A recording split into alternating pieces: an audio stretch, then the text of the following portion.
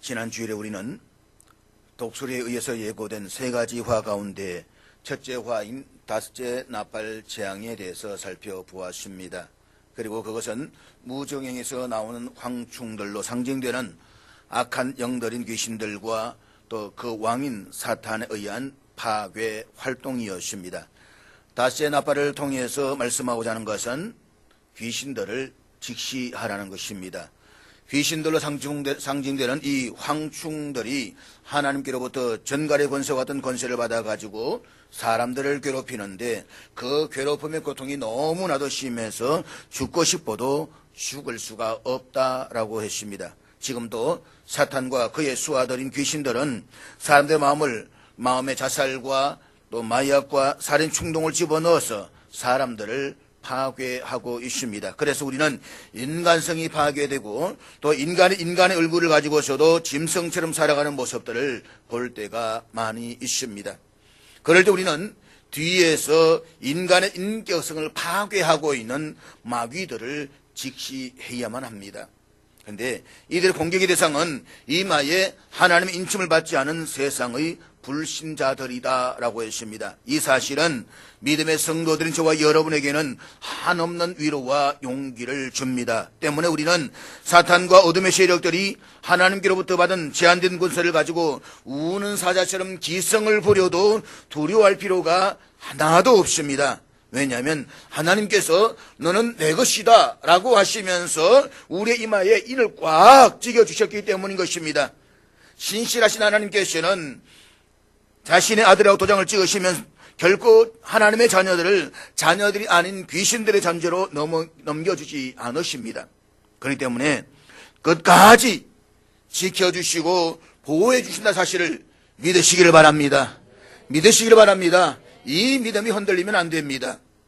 그렇기 때문에 우리는 이런 말씀을 의지해서 이 마지막 때에 흔들림이 없는 믿음으로 살아가야만 합니다. 그렇지만 비록 사탄과 악한 영들이 그때가 한정되어 있기는 하지만 우리의 힘으로 결코 상대할 수 없는 강력한 세력이다라고 하는 것을 잊지 말아야만 합니다. 그러므로 우리가 방심하면 안 됩니다.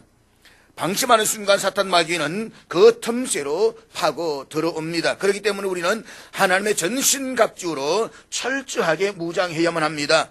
그래서 날이 갈수록 격렬해지는 사탄의 파괴 활동에도 우리는 위로부터 주시는 하나님의 능력을 덧입어서 우리 자신과 세상 사람들의 영혼을 구원하고 이 땅에 하나님의 나라를 세워가는 귀한 사명을 감당할 수 있기를 주의 이름으로 축복합니다. 오늘 본문 12절 말씀 보게 되면 첫째 화는 지나갔지만 아직도 두 가지의 화가 더 남아있다는 말씀으로 시작하고 있습니다. 여기서 첫째 화는 지난주에 살펴보았던 다섯째 천사가 나팔을 불었을 때 나타났던 바로 그 화였습니다. 오늘 공부하게 될 여섯째 천사가 나팔을 불 때 나타나는 화는 둘째 화입니다. 그리고 일곱 번째 천사가 나팔을 불 때 나타나는 화는 셋째 화입니다. 그러니까 이게 순서대로 되어져 가고 있는데 오늘은 여섯째 천사가 나팔을 불었을 때 나타났던 여섯째 나팔 재앙에 관해서 함께 우리가 살펴보려고 합니다. 먼저 본문 13절 14절 말씀 우리 다 같이 읽도록 하겠습니다. 13절 14절 다 같이 읽습니다. 시작. 여섯째 천사가 나팔을 불렀을 때에 사도 요한은 하나님 앞에 있는 금제단의 네 뿔에서 나오는 음성을 듣게 됩니다. 큰 강 유브라데에 결박한 네 천사를 풀어 놓아 주어라. 성경에서는 유브라데 강이라고 되어져 있는데 유프라테스 강입니다. 앞에 지도에서 볼 수가 있듯이 지금도 이 유프라테스 강이 있습니다. 이 강은 아르메니아의 산맥에서 출현해가지고 티그르스 강과 합류해서 페르시아만으로 흘러들어가는 2,800km가 넘는 아주 긴 강입니다. 이 강을 중심으로 해서 바벨론 제국과 또 메소포타미아 제국 그리고 페르시아 제국이 있었습니다. 지금은 터키와 그리고 이라크 다음 페이지 보면 터키 위에 터키가 있고 그 다음에 시리아가 있고 이라크가 있는 이런 이 일부에 속해 있는 그런 아주 큰 강이라고 우리가 볼 수가 있습니다. 그런데 이 강은 여러 면에서 국경선 내지는 경계선의 역할을 하고 있습니다. 먼저 구약성경에서 이 강은 이스라엘과 주요 적들의 아수르와 바빌론의 경계로 등장을 하고 있습니다. 그러니까 이스라엘을 침략하려고 할 때에 적어도 이 유프라테스 강을 건너야만 했습니다. 그리고 구약성경에서 보았을 때에 이 유프라테스 강은 하나님께서 이스라엘 백성들에게 팔레스틴의 땅을 주시는데 그 땅이 지금의 이집트 끝자락에서 시작을 해서 유프라테스 강까지를 포함을 했습니다. 그러면 이 유프라테스 강이 하나님의 백성과 하나님의 백성들이 아닌 사람들과의 국경선이라는 의미가 있습니다. 무엇보다 역사적인 맥락에서 보았을 때에 이 요한계시록에서 이어지던 AD 95년경은 로마 제국이 세계를 지배하던 때였습니다. 그리고 이 강 건너편에는 당시 로마 제국이 가장 두려워했던 대상으로 여겼던 바로 이 기마 민족 파르티아가 있었다는 것입니다. 우리가 지도에서 볼 수 있는 것처럼 파르티아 영역이 바로 이만큼 큰 영역이었습니다. 그런데 이 파르티아 군대는 말을 타고 달리면서도 활을 쏘아서 표적을 정확하게 맞추는 아주 두려운 마병대였다는 것입니다. 다시 말해서 그들은 앞으로 돌격할 때 쉬지 않고 말을 타고 달려가면서 활을 쏩니다. 후퇴할 때도 말꼬리 너머로 활을 이 뒤로 쏘는 아주 특출한 그런 기술을 가진 두려운 기마군대였다라고 이야기를 합니다.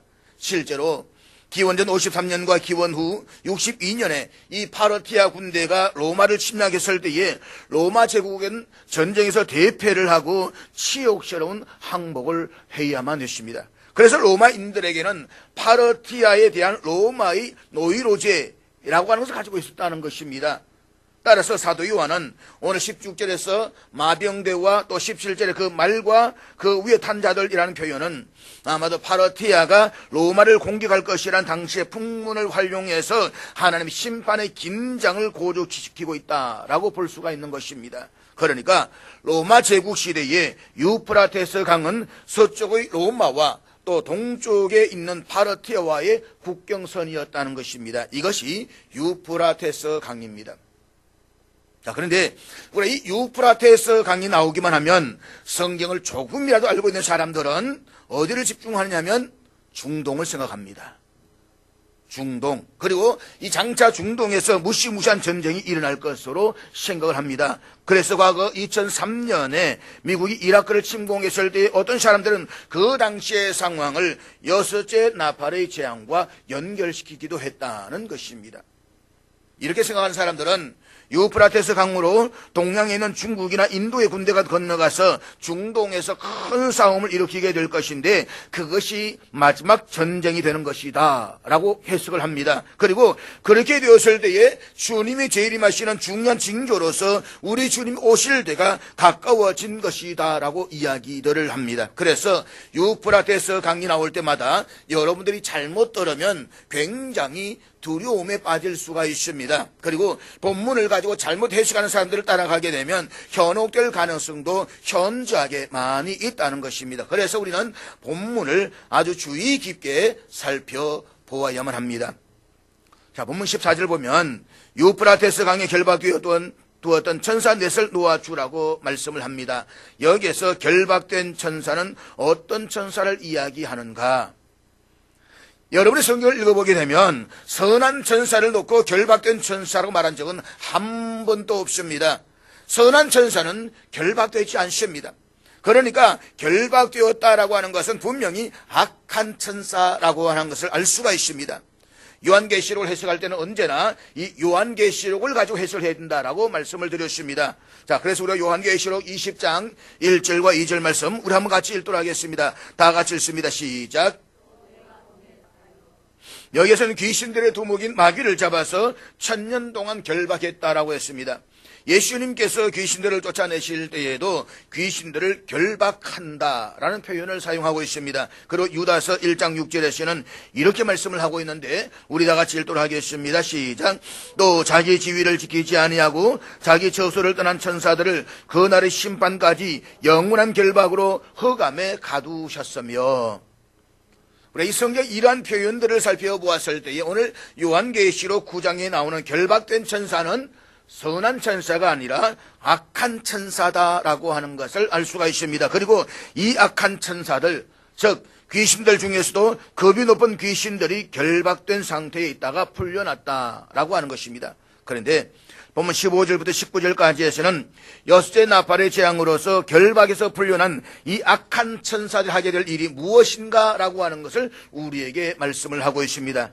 그런데 그 내용을 보게 되면 여섯째 나팔의 재앙은 어떤 국제적인 재앙이 아니라 지구 전체를 뒤흔들 만큼 엄청난 재앙이다 라고 하는 사실을 우리가 알 수가 있는 것입니다. 먼저 본문 15절 말씀 우리 다 같이 읽도록 하겠습니다. 15절입니다. 시작. 다섯째 나팔의 재앙에서는 귀신들이 사람들을 죽이지 않고 다스릴 동안 아주 극심한 고통으로 괴롭힌다라고 했습니다. 그런데 여섯째 나팔의 재앙에서는 결박에서 풀려난 악한 천사들이 사람들을 3분의 1이나 죽인다라고 했습니다. 한마디로 말해서 내 천사들이 결박에 의해서 풀려난 목적이 무엇인가라고 하는 것을 말씀하고 있는데 그것은 사람들의 3분의 1을 죽이기 위함이다라고 하는 것입니다. 그런데 본문에 보면 이러한 일이 언제 일어나는가라고 했을 때에 몇 년, 몇 월, 며칠, 몇 시라고 이야기하지 않고 년, 월, 일, 시라고만 이야기하고 있는 것입니다. 우리가 지난주에 살펴보았던 다섯째 나팔을 부를 때에는 사탄과 그의 수하되는 귀신들이 다섯 달 동안 괴롭힌다라고 하는 것이 분명히 나와 있습니다. 그런데 오늘 여기에서는 연, 월, 일, 시라고 해서 어느 시점에 이러한 일들이 난다라고 했지 정확한 시점에 대해서는 말씀하고 있지 않습니다. 사랑 여러분, 우리가 요한계시록을 보면서 종말론에 관한 예언이 나올 때마다 정확하게 이것이 몇 년, 몇 월, 며칠이라고 밝혔으면 좋겠다 라고 하는 생각이 들 때가 있지 않습니까? 예수님이 오시는 때도 정확하게 몇 년, 몇 월, 며칠이라고 알려주면 얼마나 좋겠는가 그런 생각이 들 때가 있지 않습니까? 그래서 사람들이 그것을 알아보려고 인위적인 방법으로 계산을 하면서 날짜를 이렇게 저렇게 조합해가지고 공포하기도 합니다. 우리가 이 교회사를 보게 되면 예수님의 재림의 날짜를 몇 년, 몇 월, 며칠 구체로 예언했던 사람들이 꽤 많이 있었습니다. 과거에 이장님 씨도 다가올 미래를 준비하라 라고 말하면서 1992년 10월 28일에 주님이 오신다라고 했습니다. 그렇지만 예수님은 오시지를 않았습니다. 그랬더니 그들은 예수님이 오시는 것이 잠시 연기되었다라고 말하면서 오히려 또 사람들을 현혹시키고 있는 것입니다. 어떤 이단에서는 주님이 오시는 날짜를 2번이나 변경을 해서 발표를 했다가 오지 않으니까 이제 주님께서 천상의 지성소에서 성소로 내려와 계신다라고는 아주 이상한 주장을 하는데 바로 몰몬교, 마릴성도 예수 그리스도가 바로 이런 주장을 하고 있는 겁니다. 그런데 하나님의 말씀을 보면 몇 년, 몇 월, 며칠, 몇 시라고 표현하지 않고 년, 월, 일, 시라고 했습니다. 주님이 재림하시는 날짜에 대해서는 정확하게 언제라고 말씀하고 있지 않다는 것입니다. 그렇기 때문에 우리는 이상한 이야기에 현혹되거나 따라가면 안 됩니다. 절대로 예수님 오시는 날짜를 알 수가 없습니다. 예수님께서도 그 날과 그 때는 아무도 모르고 오직 아버지만 아신다라고 했습니다. 그러므로 예수님이 언제 오시는지에 대해서는 모릅니다. 단지 우리가 알 수 있는 것은 세상에 일하고 있는 징조들을 바라보면서 지금 어디쯤 왔다라고 짐작을 하는 것입니다. 분명한 것은 연월일시라고 하는 것이 막연해 보이지만 하나님이 정하신 어떤 결정적인 시간에 여섯째 나팔 재앙이 일어난다라고 하는 것입니다. 여기 보면 물컵이 있습니다. 물이 참 맛있습니다. 근데 물이 꽉 차지는 않았습니다. 그런데 여기에 꽉 차면 어떻게 되나요? 넘치죠. 흘러내립니다. 마찬가지로 하나님의 심판의 원리도 꽉 차면 징계하신다는 것입니다. 그러니까 노아 때처럼 죄가 관영하면 하나님은 때리십니다. 그런데 지금 인간성이 파괴되는 죄악이 거의 찼다는 것입니다. 환경 파괴도 조금만 관심을 가지고 보면 굉장히 찼다는 것을 알 수가 있습니다. 이것을 통해서 우리는 주님이 재림하실 때가 가까웠다는 것을 짐작하는 것입니다. 그리고 이것은 마치 시한폭탄처럼 역사의 어느 시간에 폭발하는지 모르지는 무시무시한 사건이 아닐 수가 없다는 것입니다. 그렇기 때문에 우리는 결코 방심하지 말고 항상 깨어 있어야만 하는 것입니다.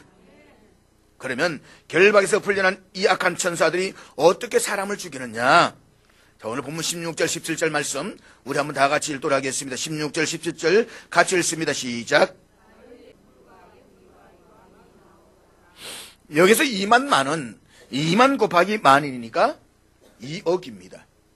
그러니까 2억이나 되는 무수한 군대에 의해서 인류의 3분의 1에 해당하는 사람들이 죽는다라고 하는 것입니다. 그리고 17절에 보면 말들이 나타나고 그 말을 탄 자들이 나타났습니다. 불빛과 주황빛과 유황빛 호신경이 있고 또 말들의 머리는 사자 머리 같고 그 입에서는 불과 연기와 유황이 나온다라고 했습니다. 우리 이 내용은 지난주에 살펴보았던 9장 7절부터 10절까지의 닷새 나팔 재앙에서 황충의 모습과 비슷하다는 것을 알 수가 있습니다. 엿새 나팔에서 말탄자가 호심경으로 무장을 했다라고 했는데 닷새 나팔에서 황충도 호심경을 입었다라고 했습니다. 엿새 나팔에서 말들의 머리는 사자의 머리와 같다라고 했는데 닷새 나팔에서 황충의 이빨이 사자의 이빨과 같다라고 했습니다. 이것은 결국 사자가 함축하고 있는 잔혹함과 파괴의 이미지를 보여주면서 극도의 공포심과 혐오감을 갖게 한다라고 말할 수가 있는 것입니다. 그리고 18절에 보면 이 새 재앙 곧 자기들 입에서 나오는 불과 연기와 유황으로 말미암아 사람 3분의 1이 죽임을 당한다라고 했습니다. 여기서 불과 연기와 유황은 앞절에 있는 불빛과 자주빛과 유황빛에 대응하고 있는 말씀입니다. 다시 말해서 불타고 있는 유황과 그로 인해서 발생하는 유독한 연기를 자연스럽게 연상시키고 있는 말씀인 것입니다. 그리고 여기에서 새 재앙인 불과 연기와 유황은 소돔과 고모라가 멸망할 때의 장면이기도 한 것입니다. 실제로 구약 성경을 보게 되면 유황불은 하나님의 심판을 상징하고 있습니다.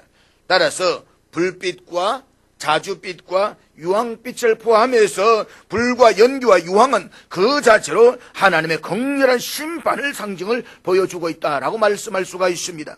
그러니까 악한 천사들이 이끄는 무수한 마병들에 의해서 불신자들 가운데 3분의 1이 아주 저절하고도 비극적인 최후를 맞이하게 된다는 것입니다. 이것은 다시 말해서 땅에 관한 불신자들에 대한 하나님의 무서운 진노의 심판을 보여주고 있습니다. 계속해서 19절에 보면 이 불신자들의 3분의 1을 죽이게 되는 말들의 모습에 대해서 이야기를 하고 있는데 우리 19절 같이 읽겠습니다. 시작. 이 말들의 힘은 입과 꼬리에 있으니 꼬리는 뱀 같고 또 꼬리에 머리가 있어 이것으로 해하더라. 우리 한글 성경에서는 번역되지 않았지만 헬라어 원문에 보게 되면 원인이나 이유를 나타내는 접속사 가르 라는 단어가 포함되어 있습니다. 다시 말해서 말들의 입에서 나오는 불과 연기와 유황 때문에 사람들의 3분의 1이 죽임을 당하는 이유가 무엇이냐라고 했을 때에 19절에서와 같이 말들의 힘이 그 입과 꼬리에 있기 때문이다 라고 하는 것입니다. 그러니까 말의 힘은 입에도 있고 꼬리에도 있다라고 했습니다. 꼬리는 뱀 같고 또 꼬리에 머리가 있다라고 했습니다. 우리가 꿈에라도 이런 장면을 보게 된다면 아마 기겁할 것입니다. 기억하고 싶지 않을 정도로 아주 무시무시한 내용일 것입니다. 이런 내용이 오늘 본문에 적혀 있습니다. 자, 그런데 문제는 오늘 이 본문의 내용을 놓고 어떻게 해석할 것이냐. 여기에 나온 이 유브라데스 강에 결박되었다가 노임을 받은 네 천사는 분명히 악령들입니다. 이것은 틀림이 없습니다. 그런데 이 악령들이 사람들의 3분의 1을 죽입니다. 그런데 여기서 엄청난 수의 말들이 나오고 말들을 탄 자들이 나오고 입에서 불과 연기와 유황이 나오고 꼬리는 뱀과 같은데 그 꼬리에 또 머리가 있어서 이것들로 가지고 사람들을 해치고 이 장면을 놓고 이것을 영적인 전쟁으로 볼 것이냐 아니면 실제적으로 일어나게 될 물리적인 전쟁으로 볼 것이냐 이것이 오늘 본문을 해석하는 관건이다 라고 이야기를 할 수가 있습니다. 만약에 이것을 우리가 영적인 전쟁으로 본다라고 한다면 우리는 지금 중동에서 일하고 있는 일들에 대해서 별로 관심을 갖지 않아도 됩니다. 사실 중동은 화약고라고 이야기를 합니다. 어떻게 틀어질지 모르는 그런 급박한 상황으로 지금 전개가 되고 있습니다. 그럼 만약에 물리적인 실제 전쟁으로 본다라고 한다면 지금 중동에서 일하고 있는 이런 일들에 대해서 성경적으로 바짝 긴장하지 않을 수가 없다는 것입니다. 유프라테스 강변에서 일어나고 있는 전쟁이기 때문입니다. 지금 시리아도 내전이 일어나고 있고 이라크도 내전이 일어나고 있고 중동이 굉장히 무질서 가운데서 혼탁 가운데서 일어나고 있습니다. 자, 그래서 물리적인 전쟁을 놓고 보았을 때는 본문에 나오는 2만만을 실제적인 2억의 군인으로 봅니다. 그 다음에 말들과 탄자들은 마병대입니다. 그리고 입에서 불과 연기와 유황이 나오고 꼬리는 뱀과 같아서 그 꼬리에 또 머리가 있다라고 하는 것은 무시무시한 전쟁이 일어나게 되는데 그것을 이런 식으로 지금 묘사를 하고 있다는 것입니다. 그렇다면 이것이 실제적인 전쟁이라 주장하는 것에 대해서 오늘 여러분은 어떻게 생각을 하십니까? 저는 이 실제적인 전쟁일 것인 가능성에 대해서 전혀 부인하지는 않습니다. 왜냐하면 제가 해석하는 것이 절대적이라고 생각하지 않기 때문인 것입니다. 혹시 제가 이 부분을 해석함이 있어가지고 방향을 잘못 잡았을 수도 있습니다. 다시 말해 우리는 성경을 해석함이 있어가지고 자신이 내린 해석이 절대적이다라고 속단해서는 안 됩니다. 하나님의 말씀을 우리 인간이 완벽하게 해석할 수는 없습니다. 다만 교회사 속에서 오랫동안 연구하고 되어졌던 그런 네 가지 맥락, 다시 말해서 문맥과 역사적인 맥락과 또 영적인 맥락, 생활의 맥락, 이것들 다 총합되어져서 연구되어지면서 우리가 함께 이야기를 하는 것입니다. 그렇기 때문에 여기에도 여러 가지 주장이 나올 수가 있다라고 하는 것입니다. 그래서 오늘 본문을 놓고서도 이것이 영적인 전쟁이 아니라 물리적인 전쟁이라고 주장할 수 있는 근거들이 얼마든지 있을 수가 있다는 것입니다. 그렇게 되면 우리 유프라테스 강과 관련되어 나타난 중동 전쟁에 계속해서 관심을 가져야만 합니다. 그러나 제가 지금 보고 있는 바로는 이것이 물리적인 전쟁이라고 하기보다는 영적인 전쟁으로 보는 것이 타당하다라고 생각을 합니다. 그리고 그것이 오늘 대부분의 정통 성경 주석자들이 바라보고 있는 견해이기다라고 하는 것입니다. 자, 그렇다면 이것이 왜 영적인 전쟁을 묘사하는 것이라고 말할 수가 있는가? 이제 우리는 그 이유를 함께 생각을 해보려고 합니다. 자, 오늘 본문에서 보게 되면 마병대의 수가 2만만이라고 했습니다. 그러니까 이것을 물리적으로 보는 사람들 실제로 군대가 2억이라고 보는 것입니다. 여러분 2억의 군대면 얼마를 동원해야 2억이 되겠는가를 한번 생각을 해보시기 바랍니다. 도대체 얼마를 동원해야 2억의 군대가 동원될 수 있을까? 지금 우리나라 군인이 60만 명이라고 합니다. 또 북한이 100만 명이라고 말합니다.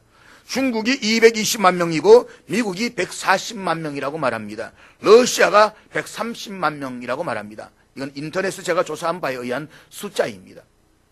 이들 다 합쳐도 1000만이 안 됩니다. 650만 명입니다. 그러면 2억의 군사를 모으려고 한다고 한다면 얼마나 더 모아야 되겠습니까? 엄청난 군대입니다. 이 부분을 물리적인 전쟁으로 보는 사람들은 유프라테스 강을 건너와서 전쟁하기 때문에 이처럼 2억이라는 많은 군인들이 건너와서 전쟁을 할 수 있는 나라가 어디인가라고 했을 때에 중국이라는 것입니다. 과거 우리나라가 6.25 전쟁 터졌을 때에 압록강에서부터 이 중국이 뗏놈처럼 밀고 들어오잖아요. 밀고 들어오는데 죽여도 한이 없는 그것들. 그래서 이 중공군들이 나팔을 울면서 뿅과리서 오면은 이 군인들이 지레 겁부터 먹었다라고 하지 않습니까? 죽기도 한이 없으니까. 자, 그런가 하면 여섯째 대접에 보게 되면 소위 아마겟돈 전쟁이라는 것이 나옵니다. 이것도 우리가 뒤에 가면 함께 보게 될 내용입니다만은 이 물리적인 전쟁을 보는 사람들은 이 아마겟돈 전쟁과 오늘 본문에 나오는 유프라테스 강과의 사이에는 며칠 사이밖에 되지 않을 정도로 시기적으로 굉장히 짧다라고 생각을 합니다. 얼마의 차이도 없이 여섯째 나팔의 전쟁이 일어나고 또 여섯째 대접 때에 전쟁이 일어나서 이것이 같이 연결된다라고 보는 것입니다. 그랬을 때에 동양에서 2억의 군대가 나타나서 팔레스틴을 중심으로 큰 전쟁이 일어난다라고 주장을 합니다. 오늘 전쟁 이야기니까 듣기는 재밌죠, 그죠? 전쟁 이야기. 우리 남자분들은 늘 전쟁 이야기는 탁월한 감각을 가지고 듣지 않습니까? 자, 그런데 여러분, 진짜 2억의 군인들이 그 지역에 동원되어서 전쟁을 할 수 있느냐? 이 물음에 대해서 윌리엄 K. 해리슨이라고 하는 과거 병차막 장군이 이런 말을 하고 있습니다. 2차 세계대전 때 동원되었던 군인들 전체가 7천만 명이었다라고 합니다. 그러면 2차 세계대전 때 동원되었던 군인이 7천만 명이었다라고 말한다면 2억의 군대가 동원되려면 거의 3배가 동원되어져야만 합니다. 그런데 이것이 과연 병참학적으로 가능한가? 라고 했을 때 실제적으로 불가능하다는 것입니다. 유프라테스 강을 기점으로 해서 팔레스타인을 중심으로 2억의 군대가 동원될 수가 없다는 것입니다. 왜냐하면 팔레스타인은 그 땅의 넓이가 우리나라 강원도 크기만 합니다. 그리고 그 위에까지 올라간다라 해도 굉장히 작은 땅입니다. 가령 여러분, 오늘 우리 교회 안에 여기에 5천 명이 들어올 수 있습니까? 그건 논리입니다. 여기 아무리 들어오는데 몇 명 들어올 수 있겠습니까? 1,000명? 꼬박꼬박 써가지고 움직이지 않는다 해도 5천 명 못 들어옵니다. 오늘 그 이야기를 하고 있는 겁니다. 또 2억의 군대가 동원된다고 한다면 사회 기능이 완전히 마비되어져 버립니다. 생활 자체 다 무너질 정도로 군대가 바글바글 한다는 것입니다. 그러니까 이것은 병참학적으로 보았을 때는 물리적인 전쟁으로 보기가 힘들다라고 하는 것입니다. 그 다음에 우리 이 부분을 볼 때 지난번 살펴보았던 9장 7절부터 10절까지의 닷새 나팔의 재앙의 황충들의 모습과 오늘 우리가 읽었던 16절부터 19절까지 엿새 나팔의 재앙의 말탄자의 모습이 거의 비슷합니다. 그렇기 때문에 지난주에 살펴보았던 다섯째 나팔 재앙에서 나타났던 그 내용에서 귀신들의 활동이었다라고 말한다면 오늘 본문에 나오는 16절부터 20절까지 현상도 귀신들의 활동으로 보는 것이 합당하다는 것입니다. 그러면 이것이 물리적인 실제적인 전쟁이 아니라 영적인 전쟁이 된다라고 이야기를 하게 되는 것입니다. 중요한 것은 이것이 영적인 전쟁으로 보든지 아니면 실제적인 전쟁으로 보든지 엿새 나팔의 재앙은 지금까지 인류가 경험해보지 못한 무시무시한 전쟁, 재앙이 될 것은 분명하다라고 하는 것입니다. 그렇다면 왜 이처럼 무시무시한 재앙이 발생하게 되는 것입니까? 본문 20절 21절에 이 질문에 대한 답변을 주고 있습니다. 본문 20절과 21절 우리 다 같이 읽도록 하겠습니다. 같이 읽습니다. 시작. 자, 인간성이 파괴되고 환경이 파괴되어져 갑니다. 사탄과 그 하수인들인 귀신들에 의해서 불신자들이 고통스럽게 괴롭힘을 당하게 됩니다. 그럼에도 불구하고 세상 사람들은 깨닫기는커녕 여전히 이전의 죄악을 짓고 있다는 것입니다. 마치 불과 유황으로 심판을 받았던 소돔과 고모라의 사람들처럼 말입니다. 소돔과 고모라 사람들은 하나님께서 불과 유황으로 무섭게 심판하신 그 순간에도 죄 가운데 뒹굴면서 어떤 하지를 않았습니다. 여러분, 하나님은 참으로 무한히 참으시는 분이십니다. 그러나 영원히 참으시는 분은 아니십니다.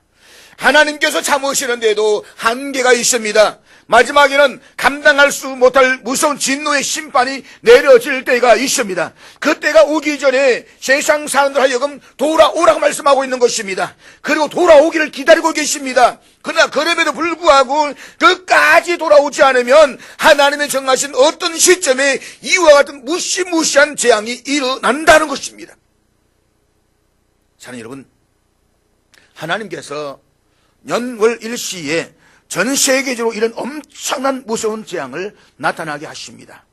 3분의 1이 죽임을 당하니까 사람들이 정신을 차린다는 것입니다. 그래서 하나님께서 나팔을 불듯이 엄청난 재난을 주셔서 사람들을 깨우신다는 것입니다. 그런데 20절에 보면 이 재앙에 죽지 않고 남은 사람들은 손으로 행한 일을 회개하지 아니하더라고 했습니다. 이런 일을 겪었으면 회개를 해야 하는데 회개를 하지 않고 계속해서 그대로 나간다는 것입니다. 이게 얼마나 완악합니까? 특별히 20절에 보면 사도 요한은 그들이 범하는 죄악 가운데서 가장 먼저 여러 귀신과 금은동과 목석의 우상에 절하고 라고 말하면서 귀신과 우상 숭배하는 일을 지적하고 있습니다. 귀신과 우상 숭배는 당시에도 심각했지만 지금도 역시 심각합니다. 미국 대학가에서는 사탄 경전이 성경보다 2배나 더 팔린다라고 말합니다. 어떤 지역에서는 10배 이상 팔리고 있다라고 말합니다. 사탄 경전 말입니다. 그러니 하나님 앞에서 가장 큰 죄가 귀신과 우상을 숭배하는 것입니다.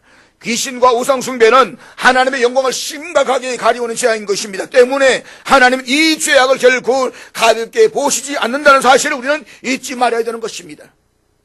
본문 20절에 보면 우상의 정체를 이야기합니다. 우상들은 보거나 듣거나 다니거나 하지 못한다라고 했습니다. 여러분, 우리가 석굴암에 가보지만 불상이 있지만 그 불상이 말한다라고 믿는 사람은 아무도 없습니다. 석굴암 불상이 걸어서 나온다고 믿는 사람은 아무도 없습니다. 아마 제가 오늘 저녁에 갔다 와서 여러분들이 인터넷이나 여러분 오늘 제가 불상을 봤는데 저 불상이 걸어왔습니다 라고 이야기하는 걸 믿을 사람은 아무도 없습니다. 우리 목사님 거짓말하고 있다고 아마 그럴 겁니다. 그게 우상이고 그게 우리가 만든 인간의 허구인 것입니다. 그러니까 우상은 생명이 없는 존재이기 때문에 우리를 구원하는 데에 아무런 쓸모도 없는 존재라는 것입니다. 사실 그렇습니다. 그럼에도 불구하고 많은 사람들이 우상을 만들고 숭배를 하고 있는데 그것이 얼마나 어리석은 행동인가를 우리는 알아야 되는 것입니다. 그리고 21절에 보면 세상 사람들은 살인과 복술과 음행과 도둑질을 계속한다라고 했습니다.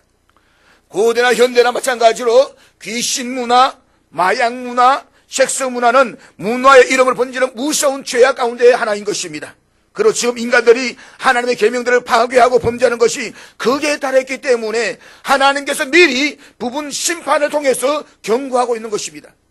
그런데 문제는 하나님의 이 준엄하신 경고 앞에서도 사람들이 회개하지 아니하고 여전히 나쁜 짓을 하고 있다는 것입니다. 그만큼 인간들이 악하다는 것입니다. 완악하다는 것입니다. 결국 이들은 하나님 무서운 진노 앞에서 설 것이고 또 의식 있는 영원한 지옥에서 영원히 고통을 받게 될 것입니다. 지난 살펴보았던 다섯째 나팔의 재앙과 오늘 살펴보았던 여섯째 나팔의 재앙은 귀신들의 파괴 활동입니다. 그런데 그 재앙의 강도를 보면 한층 더 높아졌다는 것을 알 수가 있습니다. 다섯째 나팔은 다섯 달 동안 사람들에게 극심한 고통을 주어서 괴롭히지만 사람들의 생명은 보존됩니다. 그러나 여섯째 나팔에서는 사람들의 3분의 1이 죽임을 당합니다. 다섯째 나팔은 죽고 싶어도 죽지 못하는 괴로움을 당하는 귀신들의 파괴 활동을 이야기하고 있고 여섯째 나팔은 사람들을 아예 죽여버리는 악령들의 활동을 이야기하고 있습니다. 악령들이 이렇게 무섭다는 것입니다. 그러나 이 악령들보다 훨씬 더 강하신 분이 우리 주님이신 줄을 믿으시기를 바랍니다. 믿으시기를 바랍니다. 악령들의 원세가 아무리 강한다라고 해도 우리 주님 십자가 앞에서는 꼼짝도 못하는 것입니다. 요한계시록 12장 11절 말씀, 우리 한번 같이 읽도록 하겠습니다. 같이 읽습니다. 시작. 그렇습니다. 어린 양의 보혈로 악령들을 이기시는 것을 사랑하는 여러분 믿으시기를 바랍니다. 악령들을 이기는 길은 십자가의 군병들이 믿는 예수 그리스도의 피밖에는 다른 길이 없습니다. 우리 예수님의 보혈의 십자가를 바라보면서 보혈의 복음을 전거하고 이것을 믿고 앞으로 나아가게 될 때에 울산과 언양을 붙들고 있는 악한 영들의 세력들이 한 길로 왔다가 천 길로 떠나가게 될 줄로 믿으시기를 바랍니다. 우리가 주님의 능력을 의지하여서 복음을 전거함으로 이 울산과 언양의 교회들이 살아나고 도덕이 회복되고 정의가 회복되는 놀라운 역사가 나타날 수 있기를 주의 이름으로 축복합니다. 사랑하는 여러분, 우리나라는 여름부터 초가을까지 태풍으로 인한 엄청난 피해를 경험하고 있습니다. 남태평양 부근에서 생성되던 태풍은 미세한 대기 흐름에도 폭발적으로 반응하기 때문에 정확한 진로를 예측하기는 어렵습니다. 그래서 흔히 태풍을 예고하는 기상요원들이 늘 이렇게 이야기할 때가 있습니다. 국민 여러분, 태풍이 완전히 지나가기까지 항상 TV나 라디오를 시청하시면서 마지막까지 주의하시기 바랍니다. 그렇습니다. 오늘 우리 요한계시를 통해서 하나님께서 경고하시는 이 재앙은 어떤 태풍과도 비교할 수 없을 정도로 무시무시한 재앙입니다. 비록 이 재앙이 세상의 불신자들 대상으로 하고 있다고 말하지만 그 반대편에 있는 우리 성도들도 그 여파와 충격을 경험하기는 마찬가지인 것입니다. 그런데 성경은 연, 월, 일, 시라고 말씀할 뿐이지 정확한 때에 대해서는 침묵하고 있습니다. 그러나 분명한 것은 하나님이 정하시는 어느 결정적인 시간에 무시무시한 여섯째 나팔의 재앙이 분명히 일어날 것입니다. 그렇기 때문에 이처럼 엄청나고 무시무시한 재앙을 앞에 두고 있는 우리들도 한시도 긴장을 늦추지 말고 항상 깨어 있어야만 합니다. 그리고 태풍의 진로를 확인하면서 대처하기 위해서 텔레비전을 시청하듯이 늘 성경 말씀을 앞에 두고 묵상하면서 영적으로 준비하는 일을 게을리하지 말아야만 합니다.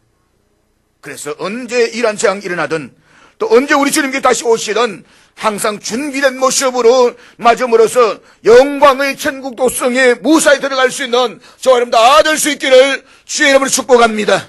기도하겠습니다. 하나님,